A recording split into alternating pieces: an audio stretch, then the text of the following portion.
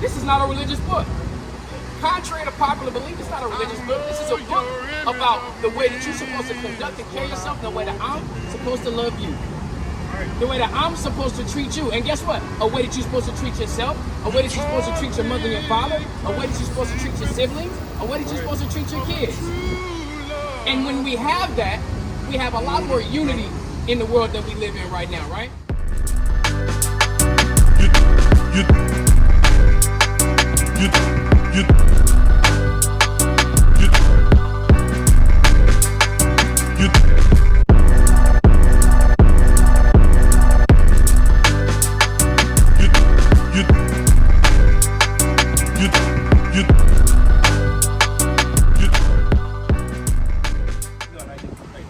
Real quick, are you understanding that this brother is telling you that you are part of the greatest people on the planet Earth? What? You hear it, right? Would you identify with the race known as the black race?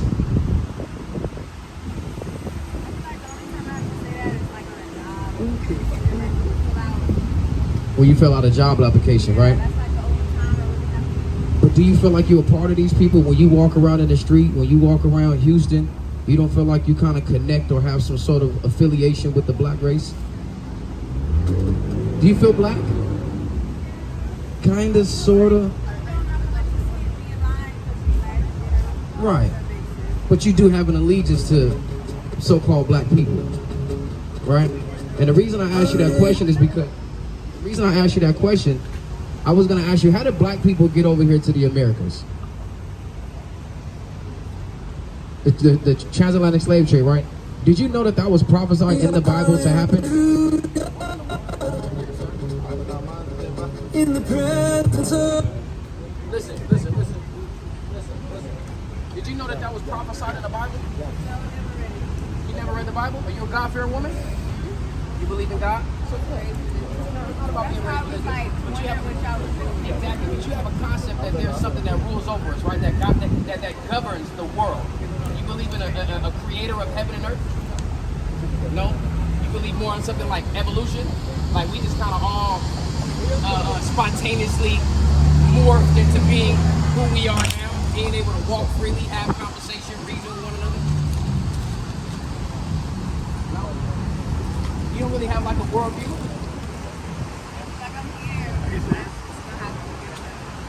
Say it again?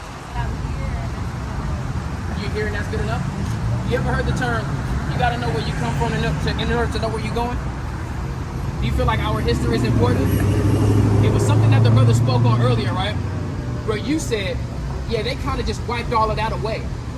Do you think that that was accidental, or you think that they deliberately did that for a reason? They did it on purpose, right? For a reason. In your opinion, what do you think that that reason was?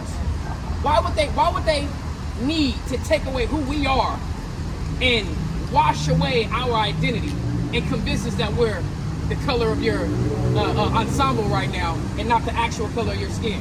Why do they teach us in school that our skin is brown, but then they tell us that our race is black? What sense does that make, right?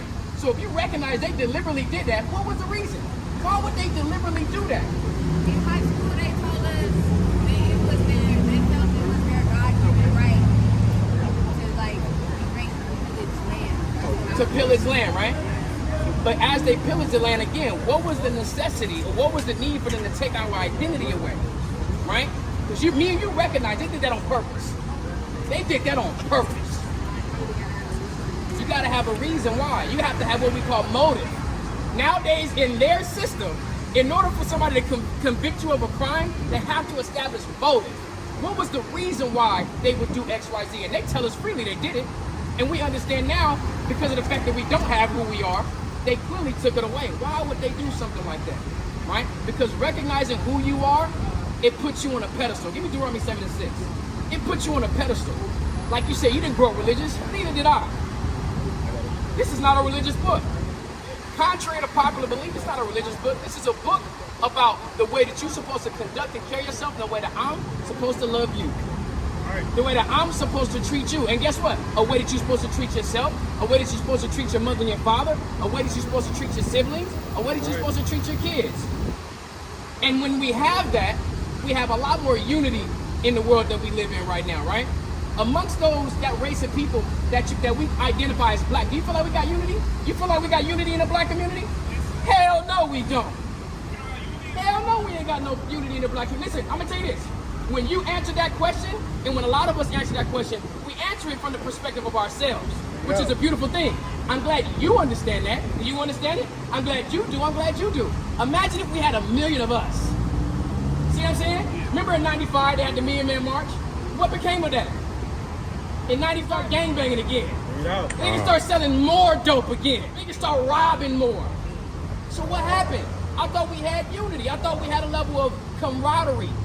But see, camaraderie is trust.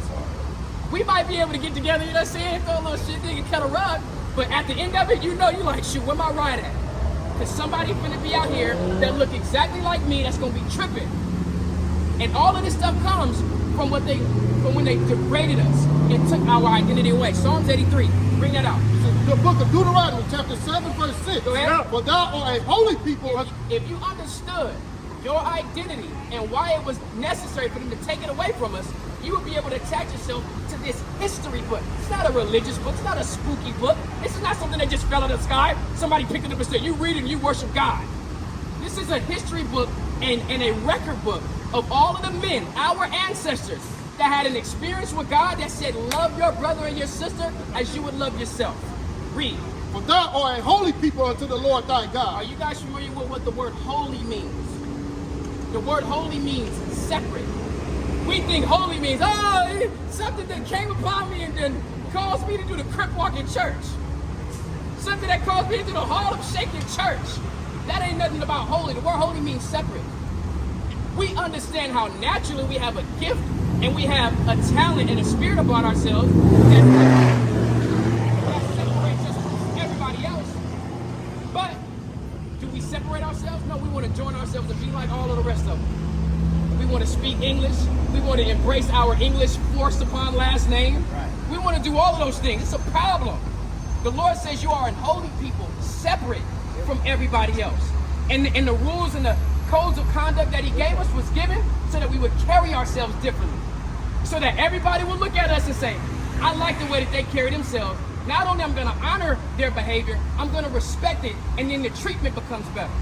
As women, don't you guys recognize when y'all carry yourselves differently than the way in which women are degraded, you get a lot more respect?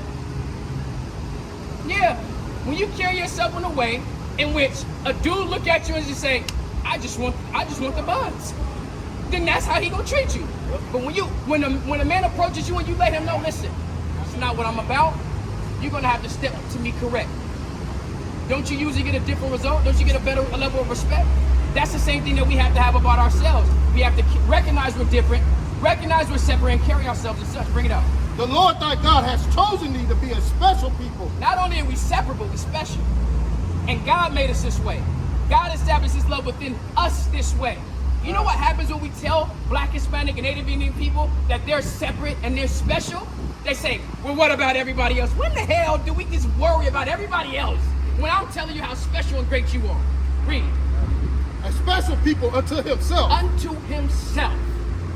If we understood this stuff while we was on plantations, if we understood this stuff when we go into these jobs in Neiman Marcus and Wells Fargo and all of these corporate Fortune 500 companies, do you think we would sit up here and dedicate our lives to build them up? Or would we put more attention and time into building ourselves up? See that? We don't, because our mind and our attention is on other things. That's why it was necessary for them to take this book away from us and our identity that came with it. You are Israelites from one of the various 12 tribes, God's chosen people. Understanding that, you now start to look at yourself and say, why do I go about my day-to-day living like this? Why do I just sit here and just accept being here and trying to move forward? No, I gotta understand what these people have done. I gotta understand why it was done. Once I understand that, moving forward, I get to do it and make better choices, right?